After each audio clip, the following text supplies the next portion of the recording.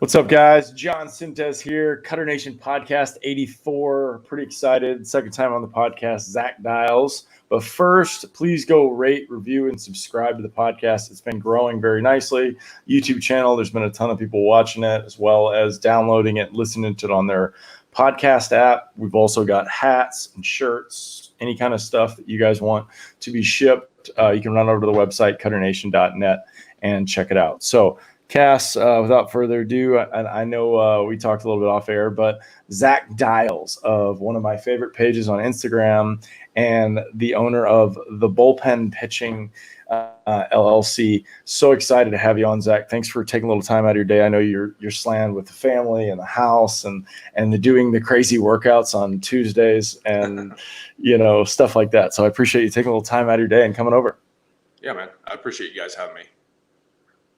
So you and I have known each other for a little while, and the information that we've exchanged, especially with like technology and video and your setup, has always been intriguing to me. You're one of the first people that I've seen run a baseball gym the right way, especially for pitchers, in my opinion.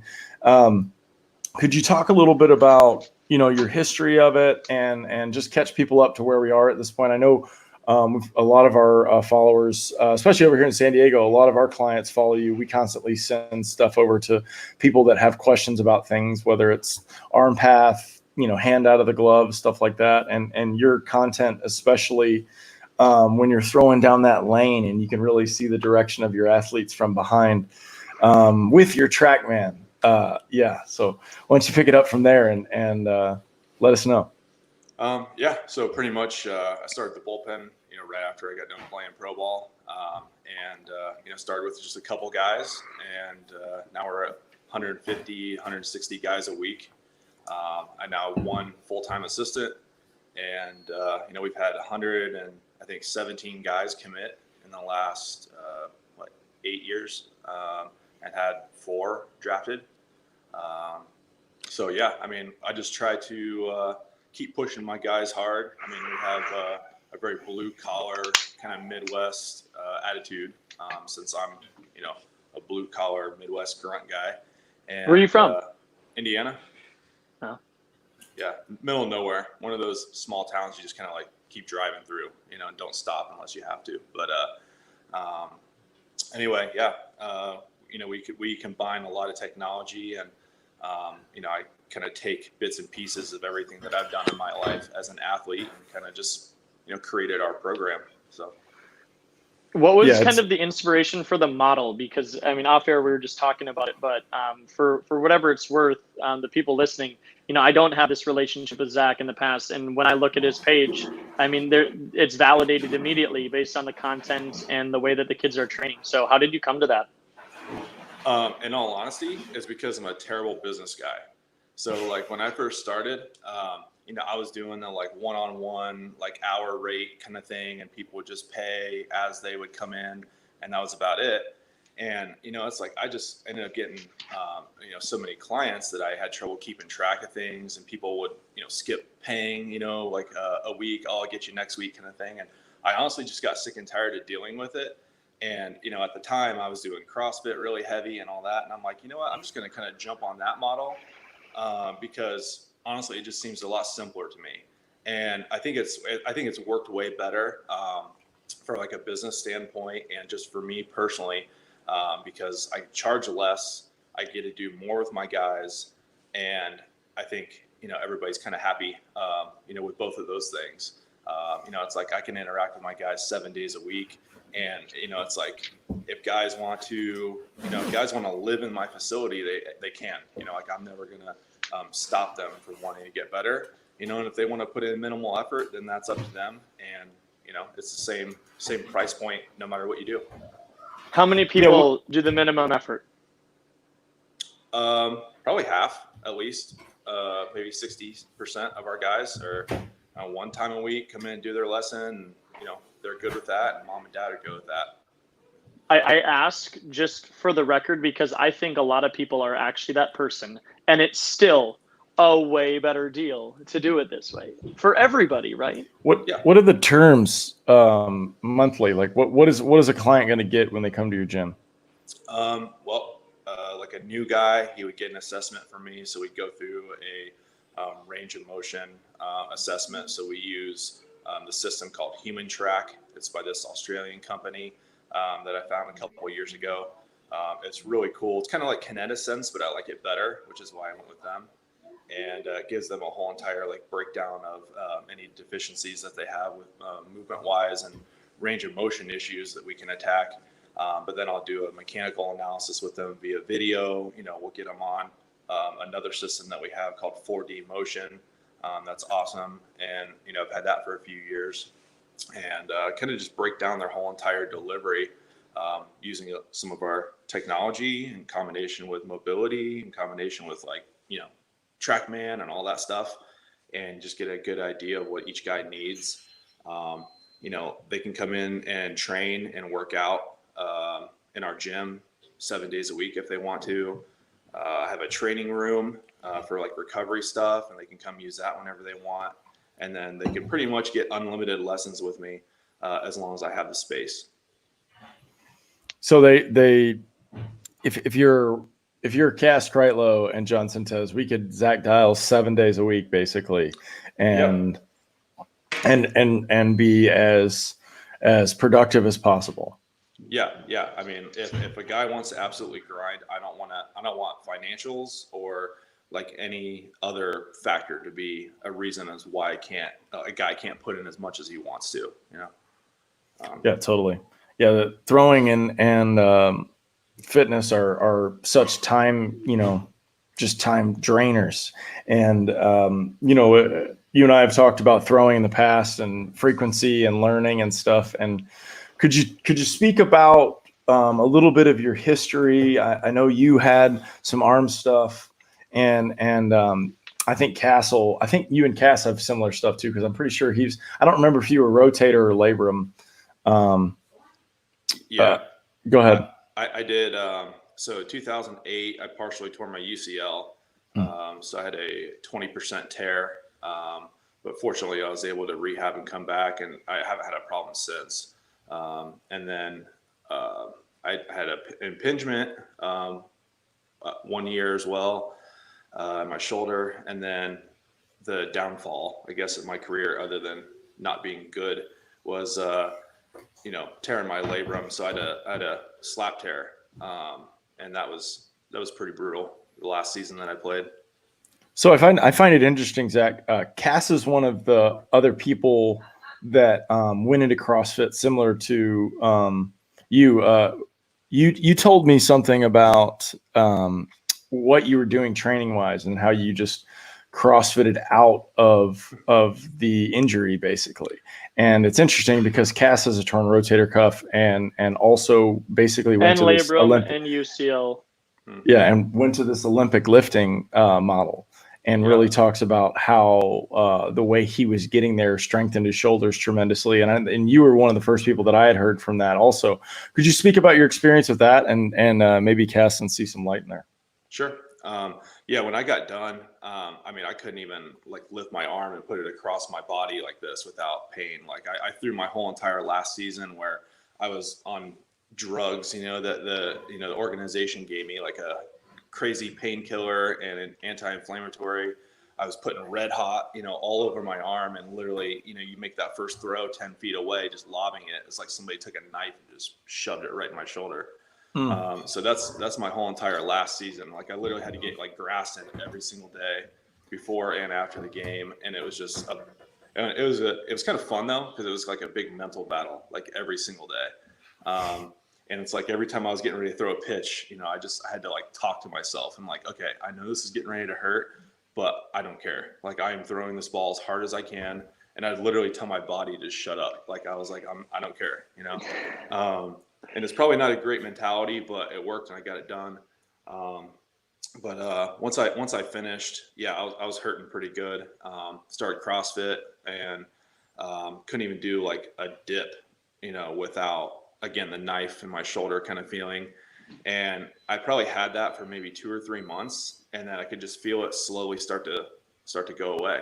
Like it just became and less sharp, and eventually it got to the point where it was like gone. And I'm I'm letting it rip, and I have no issues, you know. And it's like I've been able to do that now since about 2012, and I have a little bit of a flare up every now and then, but it's honestly just when I'm not getting after it in the gym, that when it kind of starts to come back. As soon as I do, it's gone again. So what you just said, just for the record, because I don't know that I've done that twice. So I was fine, but I wasn't. So after I got done playing in college, then it took me 2 years to get to where you were, and that was straight up based on just like I was a big Brent Porcio top velocity guy, and I literally just started triple extending and trying to create any sort of separation at all. And so 2014, I believe, was a summer. I went 132 on a Friday and 115 on a Monday, and was doing zero arm care, was not working out whatsoever. So it's pretty crazy what the body is capable of. And then the second time, I'm not pain free right now, but I have I have so many things going on with me, but it's still, the funny thing is right before the quarantine happened, I was throwing as hard as I possibly could, at least once a day. Mm-hmm. And just that for 2 weeks, it's like, what's the worst that could happen? One throw hurts. Yeah. And then I move on. And I think that strategy, I have had moments, right before I moved to San Diego, that spring, I was doing the same thing. I just kept on throwing and throwing and throwing. And my game of long toss was max effort on a line. And then I took like 4 days off and went and threw live at an amateur game, just like with a shitty warm up and my arm hurt the whole fucking summer. And it's just so funny. I'm curious. I don't even know. I'm just thinking out loud right now, because what I think it is our the guy that we rent from, Rue, does ART. Mm-hmm. And I have 17,000 adhesions all over my body. We took 4 out last Thursday in my lower left hip, and we spent like most of the time on my scap, and he couldn't get any of those. I'm sitting here digging into it, but I'm curious.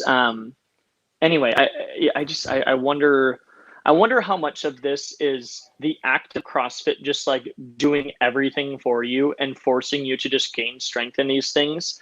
And then I wonder how much of it, like, people like me exist that have so many knots and so many adhesions on their body that I could train all day long and I'm never going to get to where I want to be without that soft tissue work and that ripping my muscles apart. So how much of it, you haven't talked about that. Is that part of what you've been doing, or speak on that? Yeah. So I think the big reason as to why my pain went away is just because I put on so much muscle mass. Like I never was a big like upper body guy, because I was always told not to, like, oh, you're going to create restriction and not be able to throw. Well, I was also 6'2" and 195 or 205 pounds at my heaviest during my playing days. It's like I was skinny, like I was functionally strong, but it's like nobody was sitting there preaching like put on strength and mass and be powerful. It was always be better at running long distance and do your arm care. And I think that was a big part of the reason that I got hurt in the first place. And then secondly, once I started to put on muscle mass and do some things that I was not used to, because I think I put on 30 pounds within 3 or 4 months. Once I started doing CrossFit. Yeah, I literally went from like 200, 205 to 235. And yeah, it's like my strength numbers went through the roof. Do you still do it? Oh yeah, I train hard every single day. Did you do the open? You know what? I haven't done the open because I just kind of do my own thing now. But I was doing competitive CrossFit, and I was doing a league around here for like the higher level stuff. So it was like you had to do everything. I mean, you have to be able to do pistols, muscle ups, like everything. So I did that for a couple of years, and it was fun. Yeah. I still train. No, I was just curious. So I just started, and I did 20.1 was my first open workout, and I died. Yeah, those things kill you. They absolutely kill you. Brutal. It doesn't matter how much you train. Like you're gonna suck. I mean, you're gonna die. I see the professionals. I don't know how they do that. I mean, actually, I do. The only way that you can CrossFit and be at that level is like flawless everything. It's the only thing, because like when I was, so right before quarantine, I was going like 5 to 6 times a week. And dude, if I would eat wrong, I would feel like shit. Like, oh, I had too much pasta last night. And since quarantine, I'm like crushing Coors Light and like it's just such a different level. And then you think about like, it's just impressive what they're able to do. I mean, they just don't stop. It's so messed up. I know. It's all day. I mean, I wrestled back in the day, so I know what psycho is, and CrossFit is on a different level. But okay, so at least while we're talking about it, I will say this: I never ever refer people to CrossFit.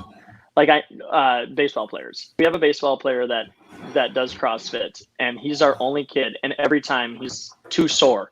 Like you know what I mean? So have you had? Would you suggest it for baseball players?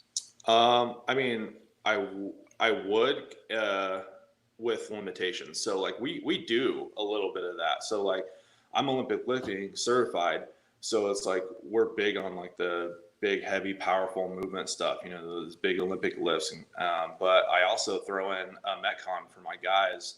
3-4 times a week, and they're pretty hard. I mean, it's always as hard as you want it to be, but it's like I like a lot of that whole mentality and kind of like having to push yourself. And I'm sure a lot of people would probably disagree, with what we do as far as our training goes. But you know what?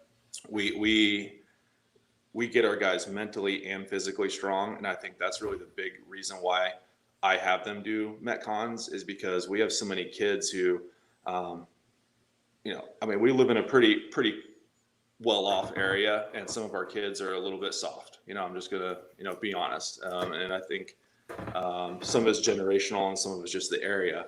And it's like I got to create some toughness in them. I've got to create some struggle and teach them how to be comfortable with knowing that not everything's going to be okay, and mom and dad can't save you all the time. Because a college coach isn't going to care. I mean, you're going to go to a JUCO or a really demanding program, and it's like a coach is going to throw down, and he's not going to give two craps what your history is and where you came from. And if you can't handle it physically, mentally, emotionally, you're not going to survive. So I like it for that reason. I also like it because it's competition. It's like guys are always competing with each other. They're standing there face to face with each other, doing the same workout, and racing and trying to, beat the other one. And I think if you can create competition in any way, I think that's also beneficial for any type of athlete. Yeah, it's supposed to be hard, right? Like it's not supposed to be an easy thing. And like training and working out, I'm always looking at other sports because I feel like that they do things better than we do, especially with training and training economy and putting it all together and, having a real understanding of what every day really is you can't teach it. I mean, like I have a shirt that says every day. I have all kind of things that stories that we tell, and trying to give examples. And yet when you ask a kid, what did they do today to get better, they're like, oh, well, I haven't thrown today. And it's like, well, where's your priorities at? Like, what's your, what are you doing there? And so since honestly I've found your page and your model, that's where I was like, okay, I gotta start off same thing lessons. I really gotta, get to this idea, because I know if I can see people 2-3 times a week. So I appreciate it, on our side, because I kind of took it and ran with it, and we have both, versions of it. We have based on weekly visits, right? 1 time a week, 2 times a week, 3 times a week, pretty much anything beyond 3 times a week. Like we don't need to even worry about, like, you just need to come in. You just need to make sure when you come in, and those athletes are the ones that we seem to just really progress the farthest. And then, it really helps when we have such good kids that want to be there, because, it takes over with the young kids, and it really helps them, see these other guys that are just in there, just crushing it, and so it's like I said, I appreciate it because it was eye-opening, because I kind of had the idea, but I didn't really know what it was, and then I saw yours and I was like, oh, this is the move, because, we talk about it all the time, but I'll say that the way I'm thinking about this idea of Cutternation in our business is I want to create something that I wish I had when I was younger. So all of the technology, all of the information, the ability to throw, rain or shine, me being a Florida guy, you being a Virginia guy, I'm sure rain or shine is a thing. Indiana. Yeah. Well, come on. there, right? He's in Virginia right now. I'm giving you shit. Yeah, I'm pretty much in Virginia now. I've been here for almost a decade, so. Yeah, but it's kudos to you, man, because it's I know it's a hard transition, especially from what it's going for, but the idea and the understanding to the athlete and the parent, it's obvious that when you get something out of it every day, and then you've got over 100 signees and some draft picks, and I'm not surprised. So that being said, with your process, I wanted to chat a little bit about the technology that you're using at the gym and the history of it, because, you're the first guy that I've seen in the private sector have a TrackMan, and how that's gone. Where did that inspiration come from with the technology for you? I mean, I just know that the kids certainly relate to it, and I know that's where baseball's headed, and I like to always try to stay as much on the forefront of things as I can.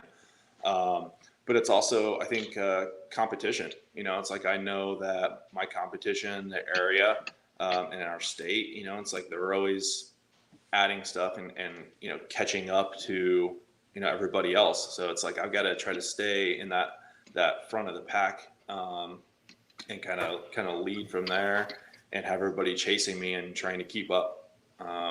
Which is kind of how I guess went through my whole entire career. Always just like doing more, outworking people, and kind of being a little bit of a psychopath, and kind of like that hardo mentality. And that's pretty much what I take to like the business side of it too. What did you start with the technology? I think the first thing that we had was 4D motion, because again, like I saw Porcio, had that, and I was like, oh man, that's sick. I want to check that out. And I loved it and bought it. And we get some good use out of it, and they made some really cool upgrades on the newest generation of sensors that they have. So we're going to be able to use it with multiple guys at the same time, and I think we're going to get a lot of really good feedback from it.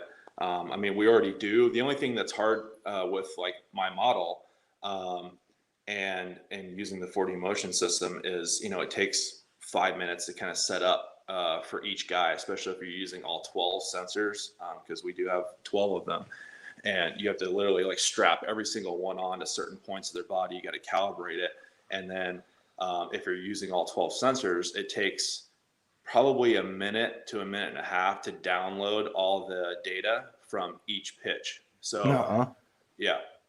But they came out with their new sensors, which I'm in process of getting right now, and the download speed has increased tremendously. And again, you can use it with multiple athletes at the same time. It just doesn't have to be the one guy at a time. But I love that system. You said that's a problem with your model. For the record, that doesn't sound like I can't hear him. Oh, it is muted. Fucking shit.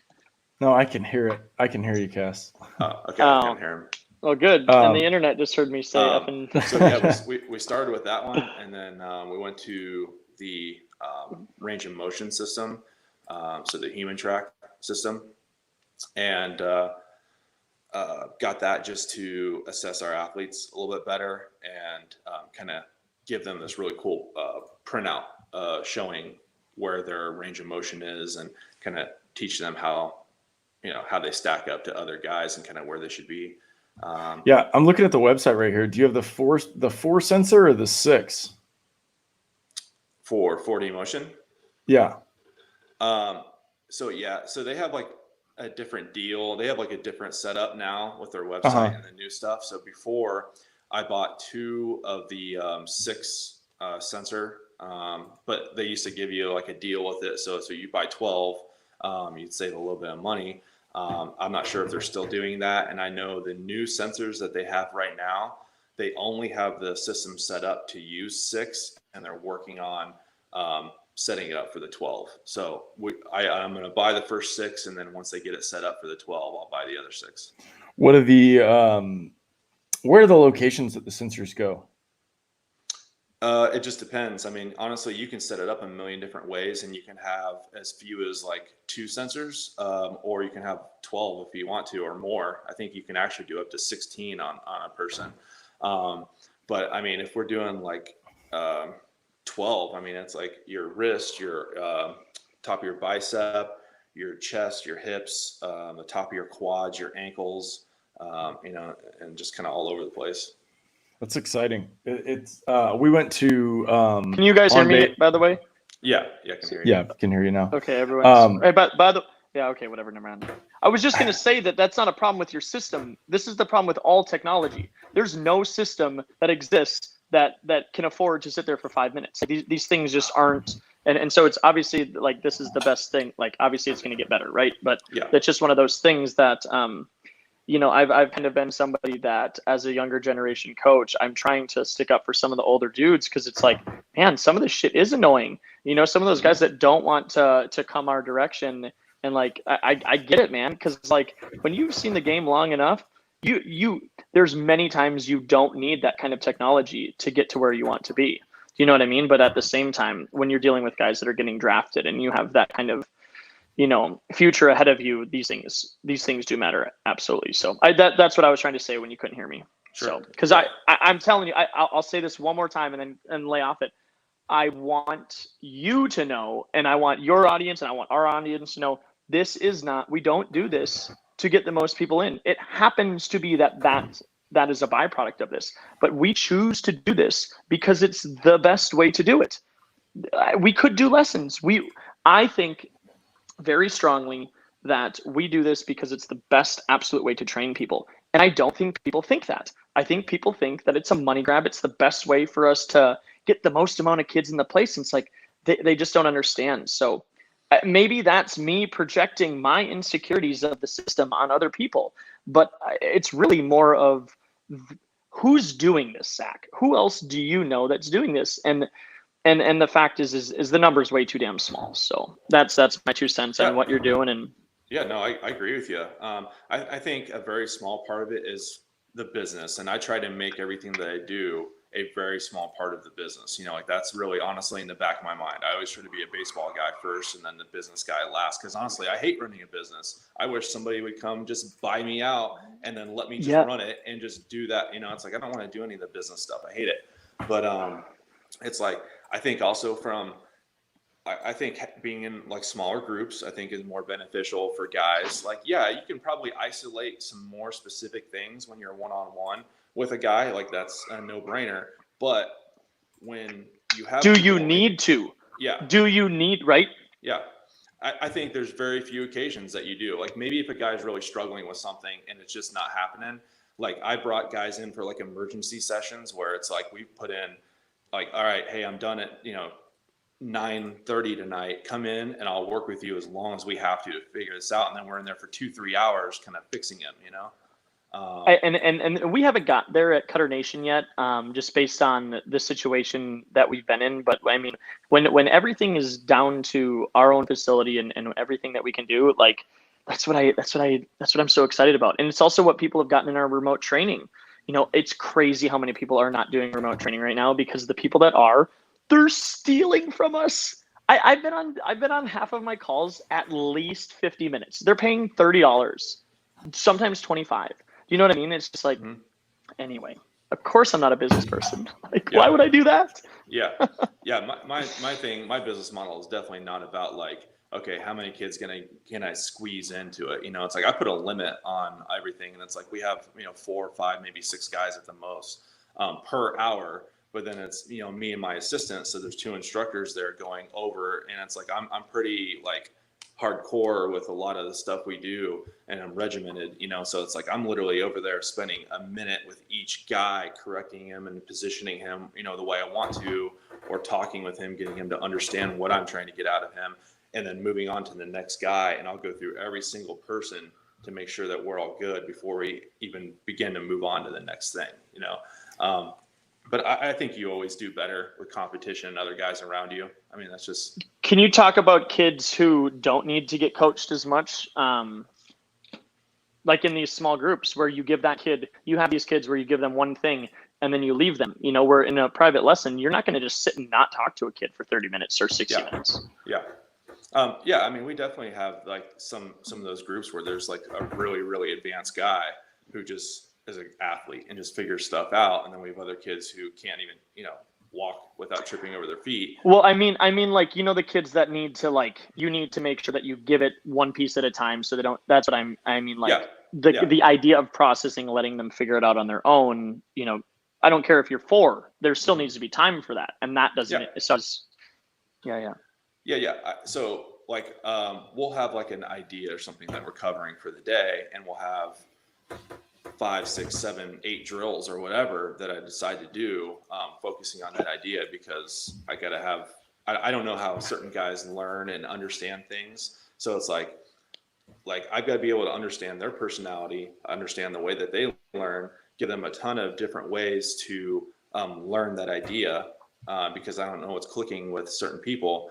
But it's like, if a guy, you know, like if a guy is just figuring it out and looking good, honestly, I'm not going to mess with him a whole lot. I'm going to let him keep figuring it out and thinking about stuff on his own while I'm kind of working with the kid who needs help fixing it. You know, but it's like, I let them all fail. You know, I let them all have time to kind of figure it out on their own. And then if they need additional assistance, I give that to them. But ultimately, you know, they're going to be their best friend or their worst enemy. And, you know, they've kind of got to understand themselves better than anybody else. I'm going to wordsmith this a little bit. So the letting people fail, it's just been like over the past year, I've just heard people use that. And I totally agree with you. I'm just saying, I'm throwing this out there as an idea. It's almost like we need to let them have success too.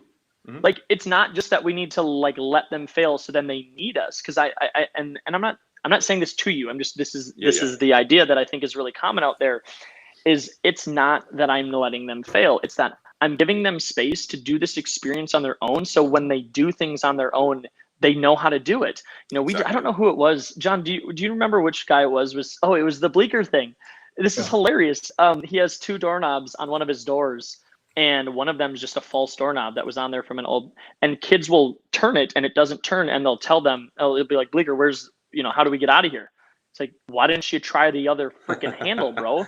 And like how, seriously though, and like how, you know, he tried to dump it on this generation, but I think it's just anybody whose parents or coaches or teachers just like gave them answers, right? Yeah. And didn't actually like, you know, how many times, I had so many times especially with my college kids, because with my private instruction, I'm not going to just like not answer you. Mm-hmm. But with my college kids, they would ask me a question and I'd be like, figure it out, bro. And my coaches used to say that to me, and I said it like, I probably used it too much, but there's something about like, why are you asking me this question right now? You haven't thought past the initial question, because if you would have realized how easy it was to deduce what you're trying to figure out, you know, and that's such a critical part of it. And anyway, obviously you can tell that I don't love lessons, but it's because I did them forever and I just know that it doesn't get results. So anyway, that's my whole rant on that whole thing, because letting them fail is not enough. You know, now I feel like I'm sitting here going like, it's the encouragement at the right places at the right time. That's everything, right? And so I don't need to let them know that they sucked. I don't need to let them know. I need to make sure that they know when they sucked, that was actually a good rep, that they don't have the context to understand that, right? Ball doesn't go where they want to. Maybe it's not as hard as they want to, but they moved a way that they should be moving. Their tempo is, whatever it is, right? And that's where, oh man, I don't know. I'm not asking a question. You get me jacked up, because I like when people have the same idea and understand the value of it. So yeah, no, I'm on board with you. I totally agree with everything you're saying. And I think it's just, you got to really know the kid. You know, you got to know when he needs certain things. Like you said, like give him encouragement when you can see that he's getting frustrated, and in a little bit, maybe like emotionally kind of, you know, like just beat down a little bit or just like not happy with stuff, like you got to know how to like talk him out of that and figure out how to get back to being productive and positive, you know. Or in your group session, you just say, all right, bro, next guy. And then he goes, has his time. And then the other dude, and by the time he gets back in, like that's the other part of small groups. Like it's just endless reasons why to do it the way that you're doing it. So yeah, I mean, can you tell I'm a fan? Well, yeah, no, I appreciate that. And I mean, but it's like everything else you do in baseball, it's like you're in a group setting, you know, on the field, at practice. Life? Yeah. A lot of the time, sure, you know, working with teams on jobs and stuff like that. But it's like, you know, it's like I don't remember ever doing anything in spring training where I was alone. You know, I mean, it's like it was always competing with the guy, you know, maybe doing the same PFPs, but then you're working on something specifically or, you know, whatever. And it's like that's the way baseball's set up. So I feel like you should, for the most part, train that way. And then, you know, individual things, you know, it's like that's what you're spending your time at home, you know, working on, like figuring out these small individual things about yourself. Yeah. I'm curious. So you already brought up Porcio. I brought up Porcio. Do you have other influences outside of him? Yeah, I mean, obviously, like I follow Driveline, I follow Florida Baseball Ranch, I follow like all the, you know, the top guys in the game. And, you know, I take little bits and pieces from everybody. I like Epic Sports in Ohio. They're awesome at the tech stuff, and that's really their niches. They kind of like backwards engineer guys. Like they take all the data and they go backwards through all the information to give guys specific like drills to work on, and they're really good at the tech side. I'm you know envious of how they do it. What's the name of is it Epic Sports? Yeah. Is it on Instagram, Epic Sports? Yeah. Yeah, I mean, find it. Yeah, they have some great stuff. I'm trying to think who else I follow. I mean, I'm just always, you know, online looking at guys, and I mean, I listen to what you guys say. I listen to everybody. I don't have my ears shut ever to anyone. Okay, you wanna have a debate right now? Sure. Say yes. Sure. It's not even a debate. It's so I am really I am contemplating this idea. Have you seen me defame hip and shoulder separation? Have you heard me talk about it? I've not. Okay, so when I got introduced to Doug Latta, he suggested that hip and shoulder separation or dissociation is not a thing, in that it's not the action. Okay, I'm never going to be somebody that says hip and shoulder separation does not present itself in the movement, like obviously. But he kind of got away from like trying to make that happen. And John also never says hip and shoulder separation. So since I moved to San Diego, it's kind of like left my verbiage, not on purpose, but just like it started happening. Mm-hmm. And I don't really know where to go. I don't know what I'm going to ask you, but like, I don't think you watch our kids and go, wow, they don't separate well. And so I'm throwing that out there right now because maybe knowing that, like, take that into consideration watching our stuff in the future. And maybe I'm biased and I don't see, maybe they aren't separating well. Maybe half of our guys could separate so much better, but I'm not seeing that, right? And I don't think John sees that either. And so anyway, so this is what I have come to a conclusion of. If I try to not rotate, it creates the movement that I want. Okay, so we've been talking about the joints, and my friend Jason is a softball guy, and he just simplifies everything into open joints and closed joints. And so if you take that idea and you talk about what the legs are doing in the stride, they're open, right? Your hip joints are open. You should be, right? If you're going to create torsion, you're going to have an open hip joint. And now the only thing would be, okay, how about that front hip though? And people are going to make the argument that front hip would be closed as the back side is open. And so last video of John, I don't know if you saw this with his super high leg kick to El Duque thing. Mm-hmm. I didn't realize how in front of his shoulder that was. So that was pretty dramatic. But a lot of his other throws weren't that dramatic. And like Taylor Ahern is not going like it's dramatic because John went outside his elbow. Most people go underneath their elbow, right? Yeah. And so that was the only dramatic part about it. Anyway, so that's where I've come to, and is closed joints in the stride, open joints in the stride, closed joints as you throw, and that creates separation. So if you internally rotate both at the same exact time, you would create instant forward trunk tilt, right? That's what happens when you internally rotate both legs. And so if you're externally rotating your front side and internally rotating you're going to be straight up and down. And so not clearing the front hip, not clearing the front foot, but allowing the front hip to clear, I think it's money. I think it makes separation happen faster, and it's not trying to separate. That's what I think.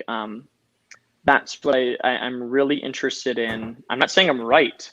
I'm saying it's made me reconsider the whole thing. So I don't know if that's about as simple as I can make it. Yeah, John, do you have anything to add? No, help me. I open closed joint. I like it. Yeah. The only other thing that the sequencing of the open closed joint is the only other thing that I think you forgot. The upper half. Yeah. Good point. So the upper half is closed, right, in the stride, and then the upper half opens as soon as, moment foot strike's happening. So it's basically like, and I'd like to, this is why it's important for us to have these conversations, is because guys like you can give me different context, maybe have a different way of talking about it. Because, for the first couple sessions that I tried it with, like, it was instant. Like, kids were like, oh yeah, this is way easier. Taylor was one of them. But then I had other kids that were like, why is this so complicated? I'm like, I don't know how I can simplify this anymore for you. Like, do you know the different, I'd have them open their feet and then close their feet. That's an open joint. That's a closed joint, and then it's just, you keep it closed you keep them open until you close, right? And you don't even have to open it. You are closed. Sorry. This is how hard it is, because it's so counterintuitive that it's even hard to talk about. Right? Because we've been so conditioned to say that we're closed, and then open, and it's open, closed in the joint. And then the shoulders are the inverse of that. Yeah, I got to say, I love the way you're saying that, like the open closed joint thing. Like, I've never thought of saying it that way. And honestly, I might just steal that because I like that so much. Dude, my buddy Jason, I'm like, bro, everyone's going to steal this. It's so simple. Yeah.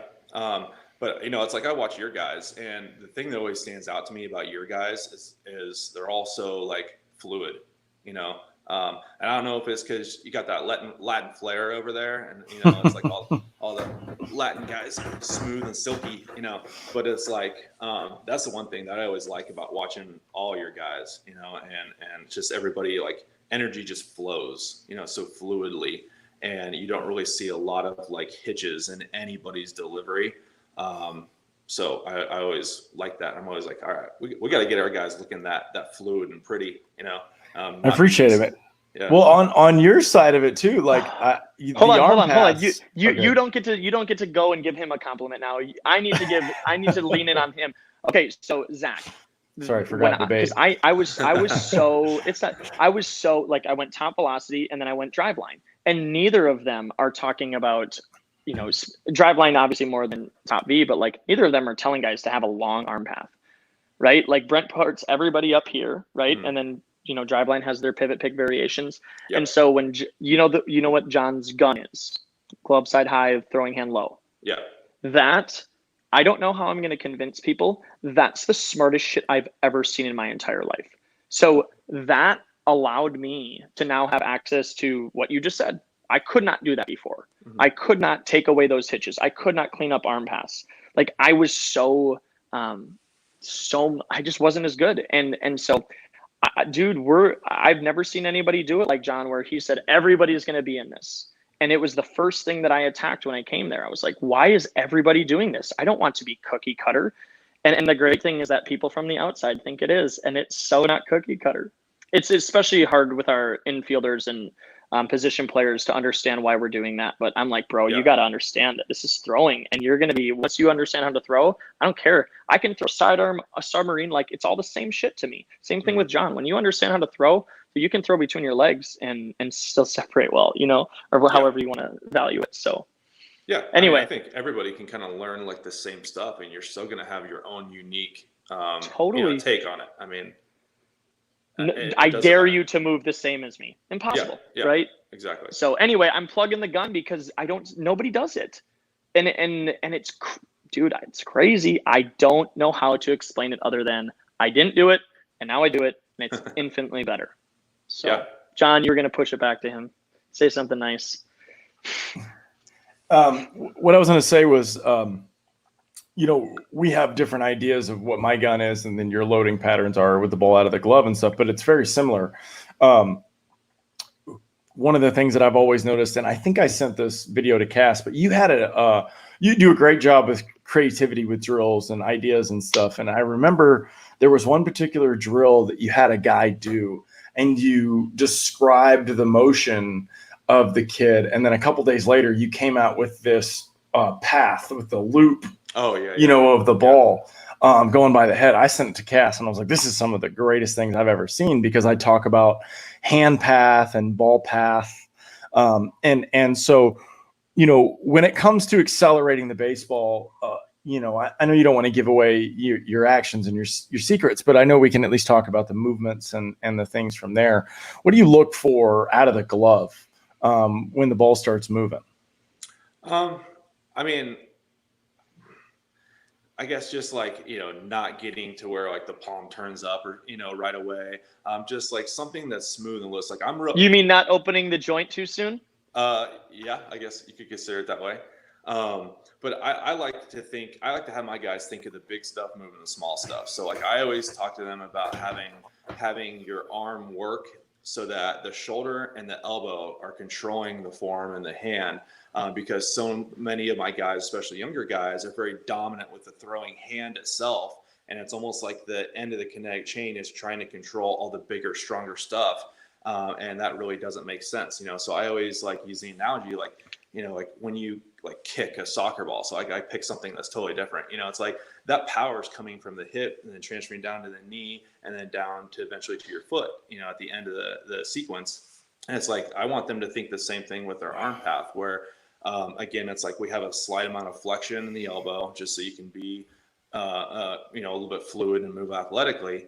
But I want the elbow to control that hand, as it gets up. And it's like, if you're taking the elbow to the shoulder, and you're getting a little bit of elbow abduction, your hand is going to flip up into cocking phase appropriately. And you should be on time. It's like you're not going to have those big early pull off, early trunk rotational issues where now we're getting up in a cocking phase really late and we're creating very limited layback. If you're specifically focused on that part of it, just like I have to get my elbow in the right position, and that's going to control that hand. That's really a big thing that I, really focus on. Can you talk more about the loop that he talked about behind? Because I'm curious how your verbiage is on that. I mean, I use the elbow spiraling, the upward staircase, spiraling staircase, all that stuff. It's like I'll tell guys, and use that. But it's pretty much it's like, can you get to, and what I look for when I'm doing like video analysis on guys, it's like, can he have a little bit of horizontal elbow abduction and get his wrist and forearm vertical over the elbow, somewhere close to that 90. Is that a Porcio thing? Saying hand vertical over the elbow? I don't think that is. I think. Okay, because that was something that I came to John with. I was like, I kept on saying it, and that's why he brought your video to us, because I haven't had I don't know how else to say it besides hand over the elbow. And now anyway, keep going. Yeah. So I think that I've never honestly heard anybody else say that. I just kind of came up with that at some point, Yeah. Because you watched video. Yeah, because you I watch just people throw. Analyze guys. Yeah, and it's like you see every elite level thrower. It's like you see that elbow slightly abducted, that scapula a little bit retracted, and then you see that wrist and that forearm get vertical over the elbow right before they start going into, whatever you want to call your glove side, positive disconnection, whatever, right? And trunk rotation. That's really the big thing I look for, is can you get to that position before we start to see any type of trunk rotation? Because then, the glove hand, the trunk rotating helps pull the arm into external rotation and layback. And, then it's time to let it fly. But if you're if you're doing those things, you should see that clean, fluid arm action, that spiraling. What do you do for guys that cock way too soon? Like they're very rigid and they're like very arm dominant, and it's like we call it swinging up. So they're like this, like super early. Mm-hmm. So I'm really big on constraint stuff. So I'm really big on like breaking it down into one piece at a time and then hammering that one aspect of it. So, I mean, I would honestly probably be doing some drills where I make them just stay.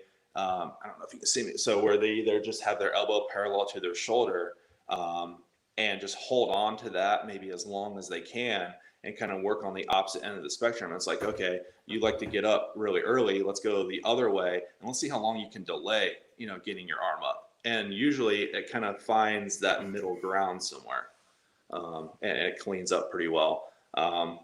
There's a few other things that I would probably do, but it just depends on the kid and how the rest of his body's working too. So I think you have to take all that in consideration. Well, so I think maybe more specific, what I'm asking is the horizontal abduction. When, like, what if you do that too soon? Do you know what I mean? And it's not necessarily a bad move. It's the wrong time to do that move. Exactly. Similar cue, I suppose. It's like, okay, now we need to find ways to delay this. So you just kind of answered it anyway. But yeah, I mean, that would scream to me that he's probably just like really upper body dominant and that he's really overly aggressive too early. I know I like for my guys to think of not really doing much with the upper body until they get to foot strike. I want that lower half dominance. I want them to be able to hinge properly, get into internal rotation out of that back leg and start to get that hip open, get that open joint. By the time they are getting into foot strike and really focus on that creation of power through just momentum down the mound, through rotation, through extension in the back leg and bracing. And then it's like, really, I guess once we feel that front leg get like glued to the ground, it's like, I want you to absolutely crank that upper body as hard as you can. So I would probably direct that guy into thinking more like lower half stuff and just hammer that out. And again, create a little bit of a delay with the arm. And I'm sure that things would probably start to clean up a little bit from that point. Yeah, it's what I always wonder, because that's what, before the gun, right? Before I had this magical tool, that was one of the hardest things I had. So I always wonder where I was going wrong. I shouldn't say this. Like, a lot of it is I didn't have enough time with my kids. So I had a kid named Beak Kitzman. Beak. His name's Beak. His name is not actually Beak, but anyway, he was super long, and then however you just said it, like hand was over the elbow after a ton of trunk rotation. Mm-hmm. And so I just basically was like, hey, you can pivot pick everything and off the mound, and it was good, but he had a ton of hyperangulation, and then command became a thing. So I'm always just curious of people, because this is what I try to tell people, especially the people that come to us and are a little bit equipped, and they ask good questions like, my kid's a shortstop. Why are you teaching him a long arm path? Well, I'm like, well, because the short arm path people are just telling them to go right to here, right? And then we're saying we're just going to get there, and you have to have the ability to know when you go backhand in the hole, like you're going to be picking the ball off the ground, and that's going to feel very much like a lean back or a K drill, or the things that we do as a pitcher, or if you go, you have a fly ball that you have to throw a guy out at home from third, like all of these things, you shouldn't be doing short arm path for that stuff because you don't have to. Mm-hmm. And you can choose not to. Right. And so that's where I'm always curious, because this part is like, no shit. Like, of course we teach this. Right. And so when we have our shortstops in, and this is why I've had John do some throws, because I'll just have John, hey, be a shortstop. And then they see a guy that hasn't played shortstop since 10th grade, junior year, high school. I don't know. Senior year. And right. But he goes, and that's the whole point. So anyway, I'm always curious how people talk about timing, and have success with it. So anyway, you have touched on it, but if anything else came up, I'm curious. So.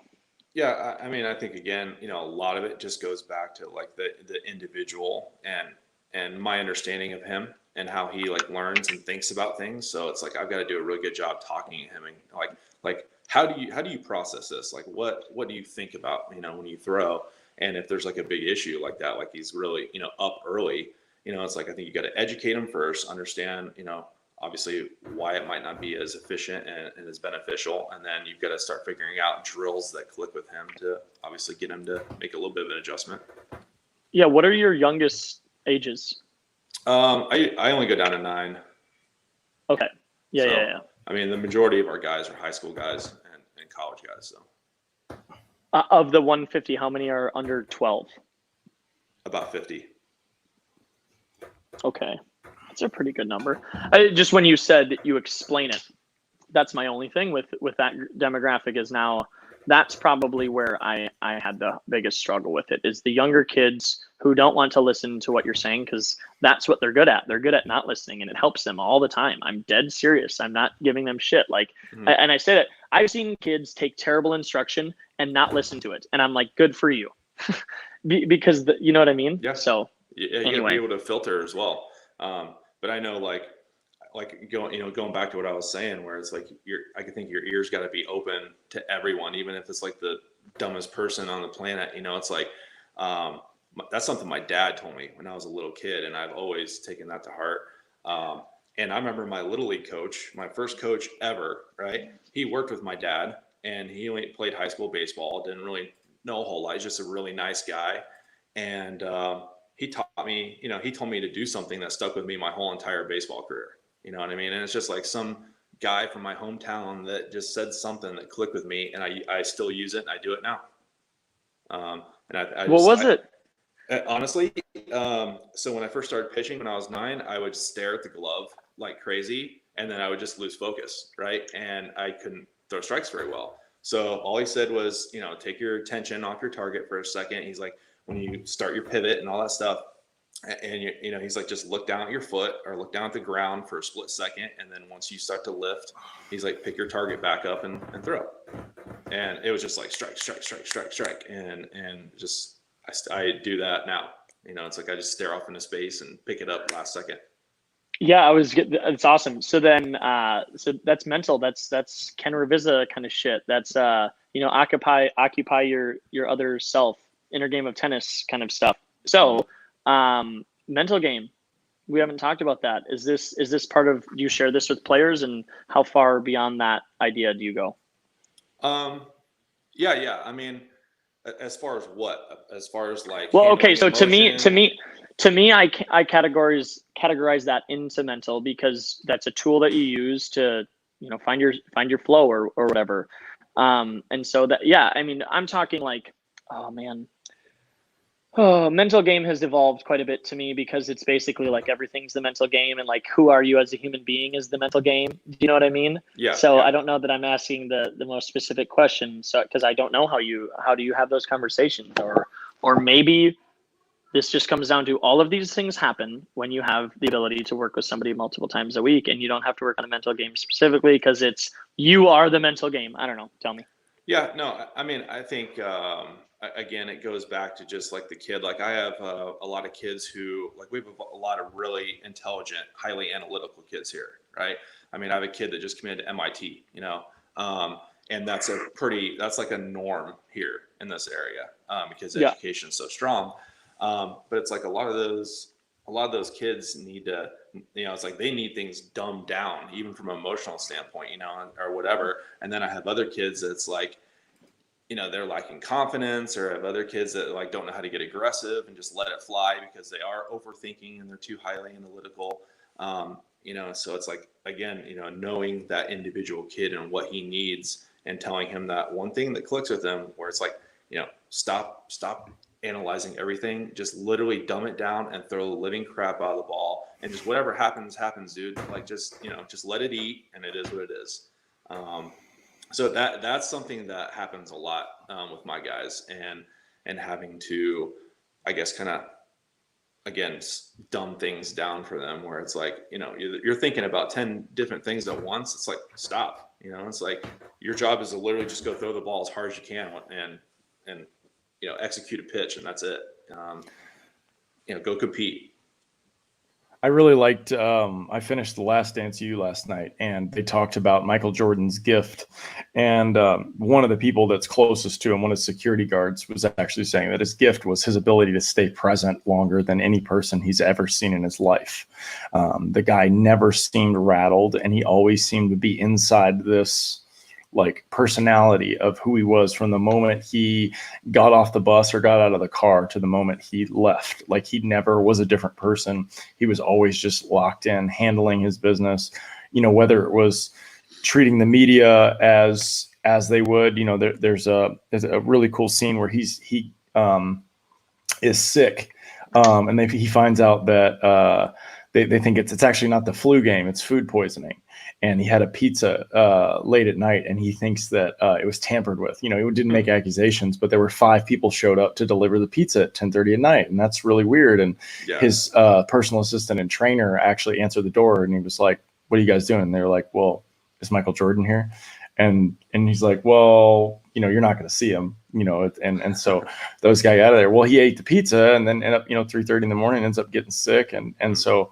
They kept saying flu-like symptoms. I remember that too, but it was food poisoning. So he, pulls himself up, goes out there, has that great game and just goes to another level. And he talks about like what he's thinking about. And I just love it because it exposes the fact that in that moment of weakness, he never pulled back from the strategy of the game. That's where he lives. He lives in the strategy of the game, and he talks about how learning from Phil Jackson and trying to be the coach on the court, but holding everybody to the standard is just, it's a difficult thing to do. It's a hard path to walk because you got to be a lot, more harsh than you do loving in a lot of situations. And he admits that. And so it's, it's crazy to think about the level of, strategy that this guy has gotten to, but it's funny because I don't remember Jordan's first couple of years, in the NBA, and they show all that at the beginning, and the guy just got destroyed by Boston and LA, and he's going into the paint and getting flipped on his head, and there's all kinds of stories of this. And I think that with the mental game, especially with what you're putting in, one of the things that both of our programs do is teaching people how to do the everyday without saying it. I was an absolute psychopath when it came to baseball. I'm saying more and more I think about it. I just didn't understand why the football team, I was from a small town, and I literally remember the football coach telling me that me playing football was going to make me better at baseball, and being like, "What are you talking about, bro? Like, this isn't even the same thing. It's not even the same sport." Yeah. And there's many overlays, athleticism, mental toughness, endurance, of course, right? But it's not throwing and hitting the ball, and that's the sport of it, right? And so it's just really, back to Michael Jordan, it's just unbelievable that in his different levels of weakness and how his life has transpired, that he could easily just turn on the strategy and just start thinking about how the play is going to go, and what, he never was out of the moment of the game. He always was understanding where Stockton was going to be, where all of these, Larry Bird, what he knew exactly where they were going to be. So it's crazy. Yeah. It's like, it's kind of, have you ever read or seen that movie, The Peaceful Warrior? No, I haven't. Dan Millman. It's kind of along the lines of what you were saying earlier about like staying within yourself, and kind of like, they preaches like getting rid of the trash, like taking out the trash so that you can stay within yourself, stay within the moment, and obviously not be distracted by outwardly things. That's something that I talk about a lot with our guys, and trying to just, again, hone in on and simplify, like, what are you doing right now in this moment with this pitch? Like, what are you trying to execute? And that should be your only focus, and do it as hard and to the best of your ability as you can. And everything else is not essential. Everything else is just a waste of time, and if you can get to that point where you can do that when you're practicing at home, when you're in a game, you're going to be pretty tough to beat most days, I think. Yeah, I know. That's what I see. The more it goes through this whole situation, the more I realize that like literally competing in the game is being lost. Like everybody's just going ham on training and ham on strength training and everything.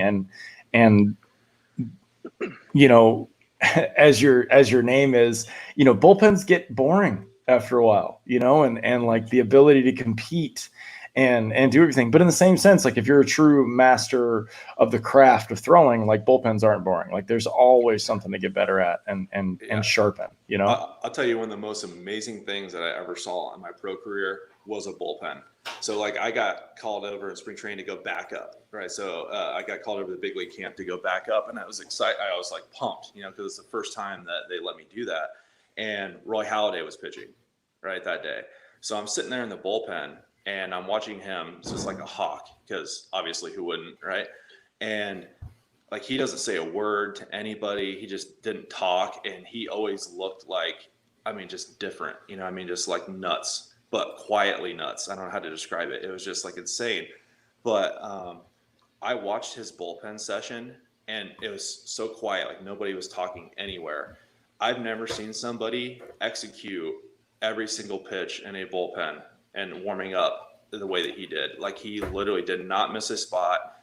I mean, his mechanics literally stayed the same. Every single pitch, he landed the same two spots every time.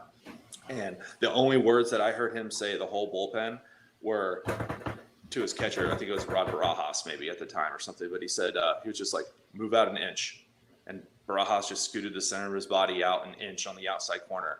I mean, I'm talking every single pitch, no matter what it was, on the black, downhill, late bite, backdooring everything. And he did on both sides of the plate. And then he, you know, went in and just absolutely diced those guys up, you know? And I was like watching that, and I'm like, number one, I'm never making it to the big leagues. Like I'm telling you right now, because there's no way. But then number two, it's just like, I couldn't believe how, like, I don't know, just in himself, that, you know, in the moment, and just like, he was so utterly focused. I've never seen anybody else do that. But I think they always talked about how he was like that all the time. I mean, I'd see him sitting in his locker. Nobody talked to him. He'd just stare in his locker. And it was like, we had in our Vance Worley podcast, he talked about he went and talked to Doc his first year up with the Phillies, and it's a funny story. I'm not going to ruin it. You got to go watch the episode. But he's come up a couple times on this show. I brought him up the other day, not to take away from him, but just to say that Sports Illustrated did a thing on it back in the day about how he's landed in the same freaking spot every time. Back foot came around, his cleats were in the same exact thing. And I was actually making the point that, like, that's one way to do it. But are you Doc Halladay?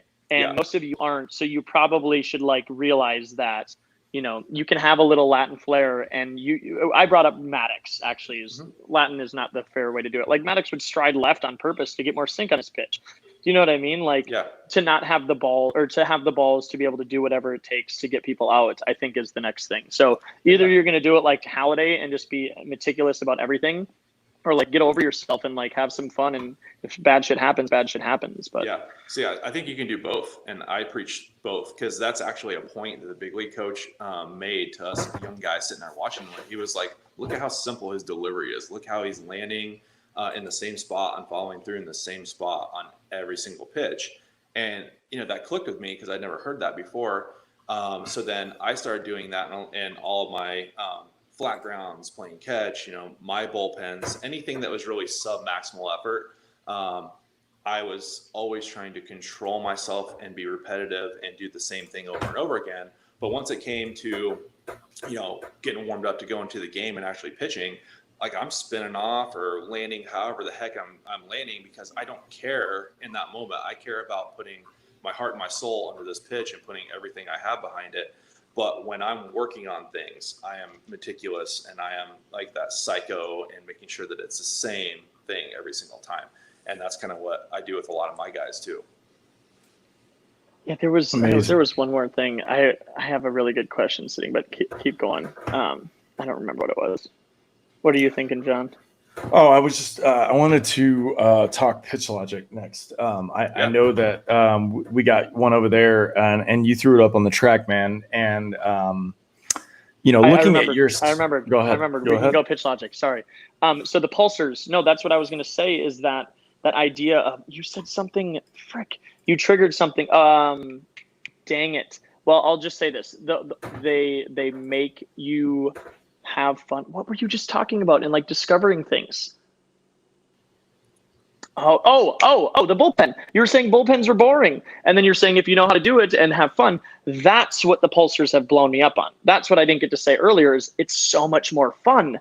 So when I go on my little jogs, right, I'm literally like, because I have these in my hand, they're creating an awareness. And then I'll just be like, oh, if I do this, then I'll go that way. And all of a sudden I'm freaking running. I'm a running back down the middle of my street. And those are the kind of things, like a bullpen can be like a 30-minute jog, or a bullpen can be like you doing an obstacle course with freaking bags on, you know what I mean? Like make it as crazy and weird and exploratory as you possibly can. Those are the times. And I just don't think, the obvious thing would be to mess with pitches and like mess with sequences. But I think the unobvious thing is like, what are you doing mentally, and how do you set up these bullpens? Because as me personally, and then I'll drop it to pitch logic, I'm not a very confident person in certain situations. And so if you let me start thinking, I'll convince myself that I'm ass.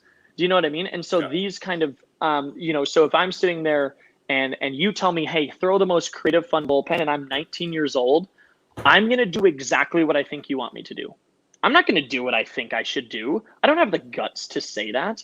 And so those kind of things of like teaching kids to be creative, I'm definitely going to err on the side of being a little bit more eccentric on it, but that's just because I've been blown away by that shit, So anyway, I like the idea of being creative. I like that you're creating this opportunity for your kids, and, it's one thing to be a big leaguer, or it's one thing to have professional experience and like apply that, but then it's another thing to like, I love that you just don't have a ceiling and you just keep on going. How many times have you said like, well, yeah, but like, I'll get there. Yeah, but I fucking love that. Oh yeah, I know that I'm not where I need to be or want to be in many aspects of what I do. So, it's like, and that's what makes you good, dude. I mean, you got to keep pushing. I mean, yeah, you will be a dinosaur, in anything quickly if you are not consistently pushing the envelope a little bit and always, pulling in new information. See, it's like, perfect segue right here. Yeah, Sorry, I think that keep going. I cut him off. No, it's fine.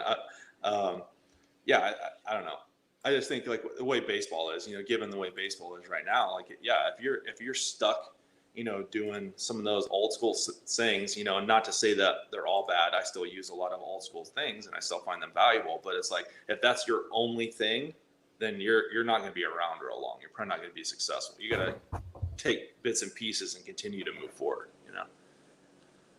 Love that, man. I think that goes for all the kids too, with their own training and their own, it's like, I'm not the end all to be all, and I don't think anybody is. You got to take bits and pieces, learn yourself, and keep adapting and growing, And that's why I said that's why you're good, is because I every time I have this conversation, somebody like you says something like that, I'm like, PJ Fleck, at being a Minnesota guy, and like I've literally, this is all I know about PJ Fleck. I know that he has a good reputation. I know that he's turned around the Gophers, but I watched his conference at the end of the year last year, and I literally watched the highlight version. I've seen this dude talk for like 90 seconds. That's it. And I knew immediately that this dude is successful because he's exactly who he says he is. It's that simple, right? And so when you're telling these players to do certain things, and then you're doing it so much better than them, like, it's something that I decided to a long time ago, is like, I'm never going to be out of shape because I can't be a coach, say what I want to say, and then also you look at me and I'm a fat piece of crap. Yep. And so it's funny also you say that. Yeah, why? So, because I've always said that to myself too. Like, how is a kid going to respect me if I'm like, I'm telling them, oh yeah, you got to be able to, like, I don't know, run a 7-minute mile, but yet I can't do it in 13 minutes, and I'm sitting on the bucket catching them. You know what I mean? Like that. I'm not going to gain their respect, and if I can't show them that I'm capable of doing it too. You know what I mean? Well, it's a whole different thing when someone can do it. You know what I mean? Like, it's why he keeps throwing.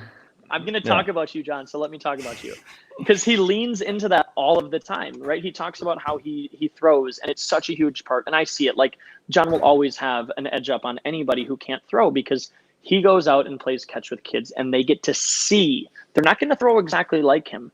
But, what I harp on with John all the time, what I tell kids about John is, Easily the most impressive thing about him is his low effort throws look exactly like his high effort throws. Nobody does that. Big leaguers do not do this. In fact, they're probably more guilty of not doing low effort throws very well and then wondering why the hell they can't be consistent because they only do max effort throws correctly, and all of their sub-maximal effort throws they don't achieve the same positions.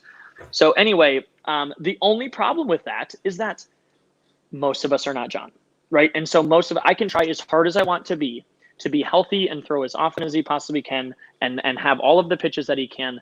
It would be a huge disservice to my players for me to spend that amount of time trying to be John, right? And so just to flip it is like, that's where I've been so interested in the mental game. That's where I've been so interested in understanding the psychology of it and the fitness and the movement, because I can't sit and say that I played in the big leagues and that you should listen to me for that. And so I've tried to lean into on every other thing. And so if you want to talk to me about relationships or school or, what the hell is going on in your head every day, I love having those conversations because I have to have those conversations with myself. So anyway, what's obvious is when coaches everybody has their own thing, but do you do what you can to maximize who you are as a coach?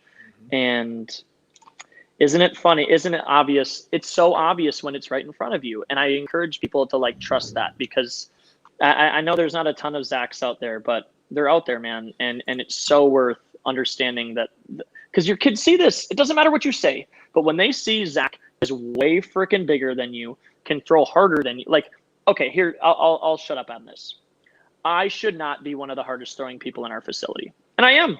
And I have a torn UCL labrum. I would still outpitch most people in our facility because of the work that I've put into this point. I'm not going to be a big leaguer. I'm not going to go sign an independent contract anytime soon. But yeah. What are you throwing? So last summer I hit 88 a couple times. Nice. So I will throw 90. This whole quarantine, like I said, kind of slowed me down. It's not if I'm going to throw 90, dude, I can throw 90 at 45 if I keep on trying. It's simply, like I told you, those adhesions. I had one underneath my armpit right here that he released. I'm like, oh, there's my slider again. My slider doesn't hurt anymore. So I wasn't able to get fully extended, and I still have shit in my lat. I have 2 or 3 adhesions at the bottom of my right lat.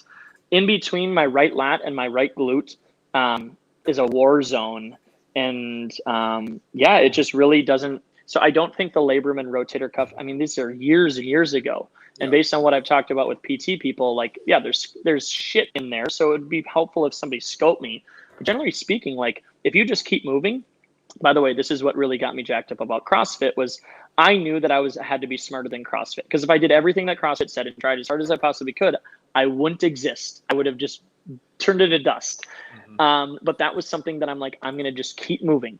And if it hurts, I'm going to figure out why it hurts and try to go on it. But I just kept on moving. Yep. And that's clearly the key, right? And so the more that I moved, I know that if I do a ton of overhead pressing, high volume, it's not the weight, it's always volume. So if I go a ton of high volume overhead, I feel like shit. Terrible. And those are things that you learn. How do you learn those? By moving more than you think that you should move. So anyway, I'm really excited to have a lot of the soft tissue stuff done to me and then try to give it a go again. But dude, I haven't even, I promise I'll stop after this. When I was in Minnesota, I was throwing BP every day. I did 60% of my instruction was hitting, ironically. And so I would go and throw in the summer or at my alumni game, and my arm was pretty in shape just by throwing all the time. And now that I don't throw BP, I have to actually take time out of my day to have a throwing program for myself. And I just haven't done it yet, but there's zero doubt in my mind. So the moral of the story is I'm not saying that I can go out and throw every 5 days, max effort, 100 pitches. But I know that I can do it once, and I know that I'll hit 90. And I don't know how long I'll be able to do it, but anyway. No, I hear you. I believe a lot of the same stuff you do. And the same thing goes for CrossFit. It's I had my shoulder thing. I also partially tore both meniscus in my knees. So it's when I got done playing, I couldn't jump off on one of my legs. I couldn't just do a single leg vertical jump without it feeling again like somebody stabbing me in my knees. So then it's we're squatting and there, I was so used to doing the quarter squats, and then not letting you go. And they were no, you got to get down full depth, all that stuff. And it was the same as my shoulder, where it's like everything I did hurt. And I was just like, you know what? All right, screw it. I'm doing it. And I just did it for a few months, and this pain went away, and it's been gone, you know. And people shit on the snatch so much, and I know that this is outrageous. You have to be committed for me to even having this conversation with you, right? But the reason that I like the snatch for me personally is it tells me everything that I need to know, right? If I haven't been doing my work, me doing an overhead squat right now, or maybe an overhead squat would be more of a fair thing, right? Is that it just exposes everything, right? Same thing with the front squat, by the way. That's probably one of my biggest, I don't know, it's not a pet peeve, but I just don't understand why nobody's trying to create front squat range of motion. Like everybody's like, oh, you can't front squat? Okay, just 2 fingers, 1 finger, straps. Like, what? Do you not realize that that's connected right here? And your ability to lengthen that might be really freaking important for you throwing the ball. Like, I don't see that disconnect there. And it's like, well, the training economy, it's like, everybody's saying you should lift more, you should work out more. Nobody's like, goddamn, kids are overtraining themselves. They're really overdoing it. Like, that's just not what's going on in 2020. So I'm a big, we actually, I don't know if you saw this, but we're right next to a place called East County Barbell, like literally next to our throwing stuff is a Olympics lifting team. And I freaking love watching them move. Because, I brought it up the other day. So they had this Korean, you probably saw it, a lefty Korean guy threw a curveball and his hand was super supinated as he brought it up his body. Did you see this video? And why am I telling you this? I totally lost my train of thought thinking about the supination. Olympic lifting. Probably open and closed joint. Yes, exactly. So right before foot strike, his heels were way off the ground. Like he left his heels early. And I'm like, Olympic lifting. It's the same exact thing. Chest goes back too soon, head gets behind the heels. Now I'm going to go forward, right? I get out of my glute into my quad. It's the same exact thing. And so as I was Olympic lifting, I'm like, I love all of this because I'm analytical. I like the technique stuff, but I don't know, man. I get it. It's not where you start, but I think it's weird. And this is probably the top B in me. Like, go ahead. Yeah, no, I agree. I mean, look, you look at like, Dmitry Klokov, or you look at like Lasha, you know what I mean? And it's like those guys can like legit do the splits and, pull their stinking arm, way up behind, it's like do all this crazy stuff, and their mobility is insane, but they're able to squat 600 pounds and then clean and jerk like Lasha, like almost like, what did he do? 585 or something like that. But his mobility is probably better than mine. Even like his overhead stuff, even though I'm an overhead athlete, and it's just like, there's so many good things I think about Olympic lifting for everyone. And just like you're talking about the overhead squat, like if you can't, like most kids can't stay upright at all, and it's like you see like they take the PVC and it's behind their hips by the time they get done because their ankle and their hip mobility are so poor. It's like, how do you think that's going to affect your hinge as you try to get down the mound? It's like if you can't create that flexion. I mean, that's when you're going to see that anterior dominance and all the bad stuff. Here's an interesting thing with that too, is as I gain mobility, so CrossFit didn't make me more mobile. CrossFit was just fun and perfect for me. All of my work was in Olympic lifting. Like I spent a good deal of time on this, and the mobility that you get is just like, why is anybody not going ass to grass? It doesn't make any sense. Yeah. And then once I started getting ass to grass, then I started hearing, okay, I know that my knees are tracking in. I have like whatever valgus, whatever, and then I realized that it's actually has nothing to, I'm not going to change my ankle mobility now. I'm not going to do that like today or even in 6 months. Like for those of you that have bad ankle mobility, try getting better ankle mobility in 6 months. It like takes forever to get better ankle mobility, but you can abduct better and you can get your femurs out of the way, and that creates more room. And I know, John, authentic, it creates an authentic drive leg. I shouldn't even say that. That's making fun of somebody. But yeah, it's authentic. And that's what was really interesting to me is I was having people talk to me about like, keep your knees out or like, screw into the ground. But then when you actually understand this is a complete glute move, and that was where I actually felt that on my own. I was like, hey, when I like hump forward as I'm lifting, like that's the feeling for me. But that was me engaging my glutes, keeping them, tracking at the same exact speed as my quads were.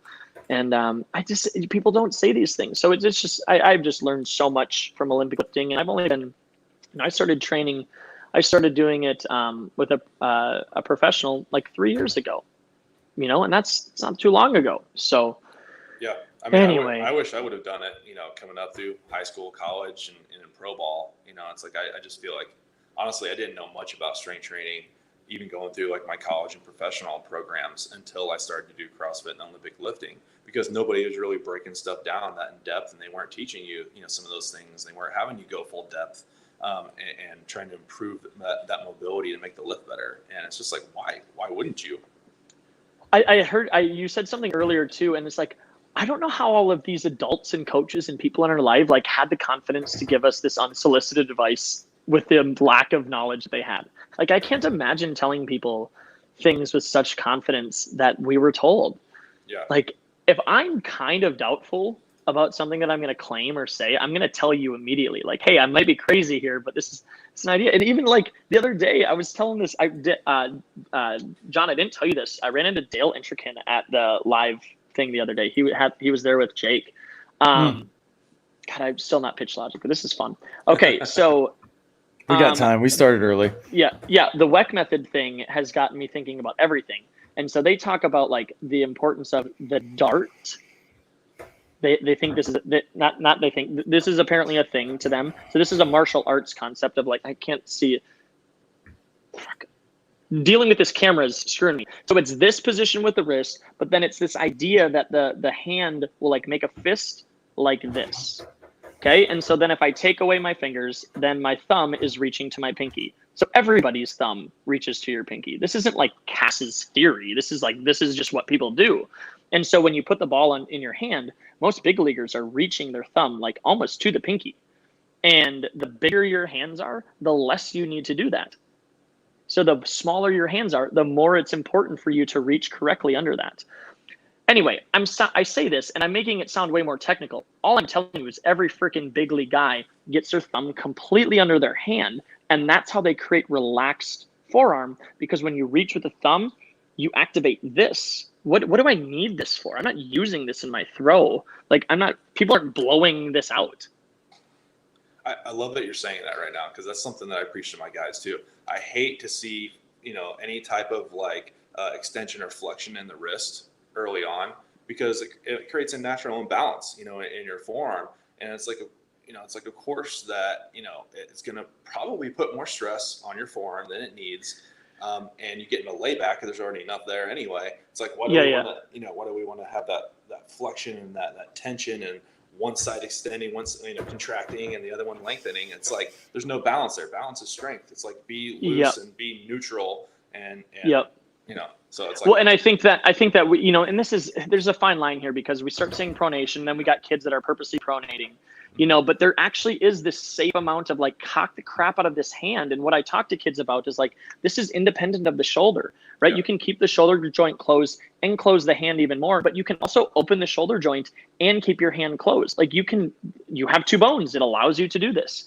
So the one claim that I do have in this that I feel is, again, this is not a baseball idea, right? This is an idea of, like you said, strength and balance. This is how my bones want to line up.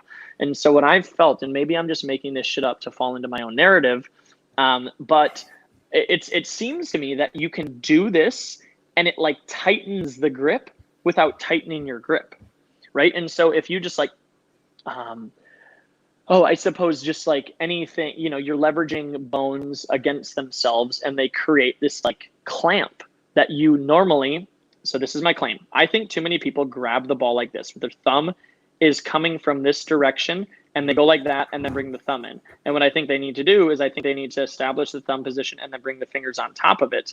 And so I think, honestly, most amateurs are actually here on the ball, and then most big leaguers are doing this.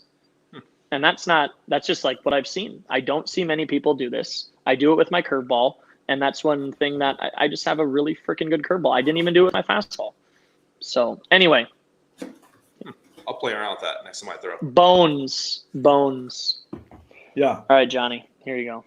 It's okay. It's entirely okay. So that is exactly what we're here for. We're here for the chatting. Hey, I'll be done in like 2 seconds. 25 minutes later. That was literally 25 minutes. I've been watching That's hilarious. That's hilarious. So you got a Pitch Logic ball. We've been all over it with Pitch Logic. We're big fans. The thing that really got me excited about knowing that you were getting one was your ability to get a TrackMan. I wanted to ask your experience as far as, people.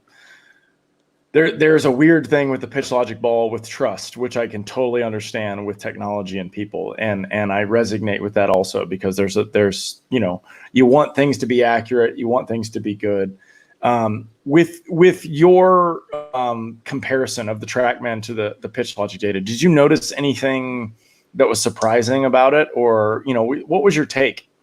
I was actually very impressed with it. I was a little bit skeptical at first, but I thought that it was pretty accurate in most cases. I think I gave a big breakdown of it on my page, but the velocity was a little bit off, because I had my Stalker and TrackMan and Pitch Logic all going at the same time. But it's certainly well within the window. It's not like you're going to see this like 5 mile an hour like jump where it's like you're 90 on Pitch Logic and you're 85 on TrackMan. It was literally like a mile an hour or two difference at the most. And sometimes it was on, and sometimes it was like 1 off or 2 off. But it always read a little bit above TrackMan and Stalker by that 1 or 2 mile an hour mark. As far as the movement goes, it's pretty accurate. Very, very close. Very little difference between the readings. And then what really impressed me is the spin rate was pretty much dead even almost every single time. Yeah, I was wondering about that. That was actually the number one thing I wanted to know was how was it moving compared to the TrackMan measuring in inches, and then how what is the spin like? Is there any other metrics that you compared also?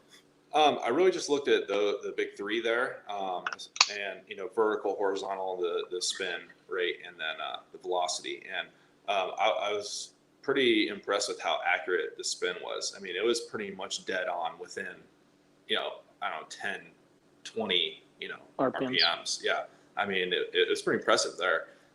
Very little. How does TrackMan gather its data? I think it has it's like a 2 radar. I think it's like a 2 radar system. Yeah, I think it's a 2 radar system with lasers. I think that's what it is. And a camera. So it's like a whole bunch of stuff going on. But yeah. Well, because that was one of the things, and I'm not saying this to shit on people. I'm just saying, like, it seems like that was one of the things with some of the other. I'll just say it seems like that was the thing with other technology. I'll leave it at that. So anyway, yeah, no, I liked it, and I've already had a handful of my guys buy one because I liked it so much, and what I really liked the most, and I probably shouldn't say this, but I actually like it better than TrackMan in this instance, is I think the printout that it gives you in the Excel spreadsheet, like that's such like an easy thing to do every single day that you're using it. I think TrackMan's printout's a little bit hard to decipher the information. It's not as clean, and I know they're working on that, but I think they need to clean it up a little bit and just make it more presentable to the everyday person. I realized I didn't finish my thought. The point is it's a calculation, right? These other technologies are predictive, right? Where that can run into problems. So I was just curious, as we know more and more about these technologies, I think it's going to be, I think we're going to have to learn, like, I think we will accidentally learn these things of like, oh, now I know exactly, like Rhapsody is just a bunch of cameras, right? So it could actually know these things without doing a calculation. So I was curious but lasers are not calculations. Those are just readings. So. Yeah. There's some times where TrackMan might be off, and then it's kind of guessing certain things, and it lets you know that it's guessing. But for the most part, I think it's been interesting, pretty accurate. But that's only if there's something interfering, or if it's not like calibrated, exactly perfect, which is another, reason that I think Pitch Logic is really cool, because it's pretty easy to set up. It takes you a few seconds. Like, TrackMan's got to be like perfectly measured out, with every part of the setting. Nothing more frustrating than when your machine is not calibrated correctly or aligned like it's supposed to be, so your numbers are off. Dude. Oh yeah. That or if like the tripod gets bumped in any way, it like throws off the calibration. You have to redo it, like right in the middle of the pen, and it's just like, oh man. Same thing with Rapsodo. If it's on the ground and you hit it or someone touches it or whatever, you got to redo the whole thing. So it's my hat's off to those guys. We've been pushing their stuff a lot, and they're the conversations that I've had with the CEO is so good for what the future brings. Like, these guys really want to make a good product with the consumer in mind in baseball, with their free cloud access, and then, upgrading things. The concept of final tech in this ball is rather interesting, because they don't need to upgrade the hardware inside of this thing anymore, which is amazing. So, just the fact that this is kind of the genesis, this is the third version of the ball. It's very intriguing to see where it's going to go. I know they have an app update coming out, and I'm guessing a month or two. I'm not sure, but we've talked about it. I don't know exactly what's going to be happening, but I'm excited about it. So, but only because I know that after the conversation I'm having, these guys literally want to push the envelope as far as possible and what they can do inside of this tech. And there's so much potential for this thing. So, you said you got a couple guys get it, at your gym. You have, like you said, you have 5 or 6 guys going in an hour. The distance and the distance to which the ball can actually be used, right? And then the functionality and the confined spaces. And I know that when your guys are throwing, you have a long version and then a short version where you're throwing, perpendicularly or parallel to your lane.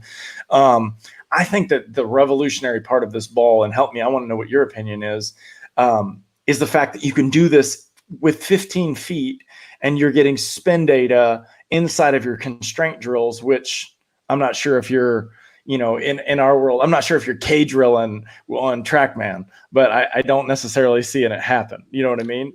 Yeah. No, we're not doing a lot of like drill work with TrackMan. It's usually just like, okay, let's see the culmination of all our work. But I kind of want to buy a couple more just so that we're playing catch with it, and warming up with it, and guys are seeing some stuff on their own and they're able to make some adjustments and throwing flat grounds and whatever. I mean, it's I don't know, I like it. I think it's really cool. I'm jealous that I was not born in this generation, this cool technology. And I mean, these guys have so much access to information. And I mean, I remember I had one of those old Sony like flip out cameras that my dad would like record me on, and you'd have to like pause it perfectly and you couldn't see anything because it was so like scattered and jacked up. And that's the best you had for, analysis. I'm with you. I had, when I was rehabbing, I had the digital 8 tape, right, with the video camera. And I remember like downloading it. I have to get the cable, download it to my computer. No idea what it looks like. Get it on the computer, get it to open up, upload it, and then look at it. And then the frame rate's too low and my arm is way too fast. And I have like no idea where my arm is at all. Then you try to pause it, or you hit the arrow keys and go one by one. And it's like, well, it went from here to there like really fast. And that's all I got, I know. And now we got slow motion on our cameras. You just upload everything here, and then we got freaking, pitch logic. And, for $250, you have, a baseball that can track all your data for you on a daily basis and make it easy. That's one of the things that is exciting about like the ability to do spin efficiency inside of constraint work, especially at a young age. Like I'm predicting some massive like gangsters when it comes to pitching, because of, if you can teach a 10-year-old to understand what a spin efficiency is so much earlier in their career on any pitch and like what it's supposed to be, and they understand what it means, like it's not that hard to teach kids, the idea. Because really the name doesn't mean anything. Like, people get caught up in, we've intentionally changed the name from cutter to slider just because we know the coach doesn't know how to sequence it. Like, don't even call it a cutter. If you say a cutter, he's going to freak out. Just call it a slider. Watch what happens. Sure enough, calls it a slider. Coach knows exactly what to do with it. And it's like, no, that's not the point. The point is the shape of the pitch and the movement and how it works against the hitter. The name doesn't mean a thing. Yeah, I hear you. I was going to say, for the record, so back at like minute 34 or whatever it was, that's the best argument I've ever heard for the ball. because that's what needs to be known is how cumbersome the rest of the technology is. And so I don't know enough about the Diamond Kinetics ball to sit and have a good conversation about that. But we had hit tracks in Minnesota, and I've seen everything else, and that's hands down. Nobody can argue against that. Nobody can argue that it's the quickest setup. Yeah, it's crazy. That's the best. I like that. So anyway, and obviously the drill work is really cool too. And I think Ferber's point yesterday about long toss, that hadn't occurred to me either. I was looking more at the benefits of knowing distance and that kind of stuff, but knowing that, because we've all seen this, right? Where a kid has certain patterns in the beginning of his game of catch, all of a sudden he starts airing it out, and something else happens, and now he's going to be seeing that. So it's unraveling slowly but surely as far as like how we talk about this and how we tell people that this isn't just like a bias and like this is one of the cooler things we've seen. So anyway, yeah, no, I like it. I'm excited about the ball, like long tossing and stuff too, because it's like, I think on a daily use, it's like you can, I guess if you feel good, like sometimes, you feel good and you're like, man, I'm going to blow cheese today, and then it's like you get on the mountain, see the gun, and you're like, oh, what the heck, it's like you're 2 miles an hour down, and other days you feel like crap and you're, blowing noise. But I think that's interesting. I think guys are going to be able to like get a better sense of themselves that way too, where it's like, I feel this way and here's my result, I'm putting this much effort into it and it's going this far, this velocity, whatever. And I think if they can just have that track record and that data, on a daily basis, I think it's just going to really change things a lot. And the price point is just so good. Like, oh, heck it's yeah. What else can, yeah, I'm a huge Pocket Radar fan, and this has supplanted that as like the first thing that I would get if I had to spend money on something, because you get kilo in it. So. Absolutely. I would absolutely buy it. So yeah, because you can get 3 replacement balls, and now you're at $400 for a Pocket Radar. And anyway. Yeah, they're definitely, with their leather replacement program and the other things that go with it, I think it's going to be a massive, upgrade to all of the athletes. So then the Pocket Radar and the Stalkers are going to be more for the coaches and us than it is going to be them, which is good, because how much product? I mean, I push a ton of product for my people, so they have it because I have it and they should have it too. But that's not always the best, you know what I mean? That's not always best for them. You don't need to spend $700 if you don't have to. So anyway. No, I hear you. I'm on board with you guys, and I like it. I wouldn't promote it if I didn't. So I love it. So I think it's good. I agree. Well, listen, we are, if I'm not 100% sure, but we could probably go ahead and give you the crown for longest podcast we've done so far. So I'm pretty sure we're right there. Heck yeah, baby. So I know you like nice long throwing sessions and nice long workouts. So why not have a nice long podcast? Yeah. I mean, hey, always leading the pack, right? Exactly. It's not like we don't have time, Yeah, really. Definitely.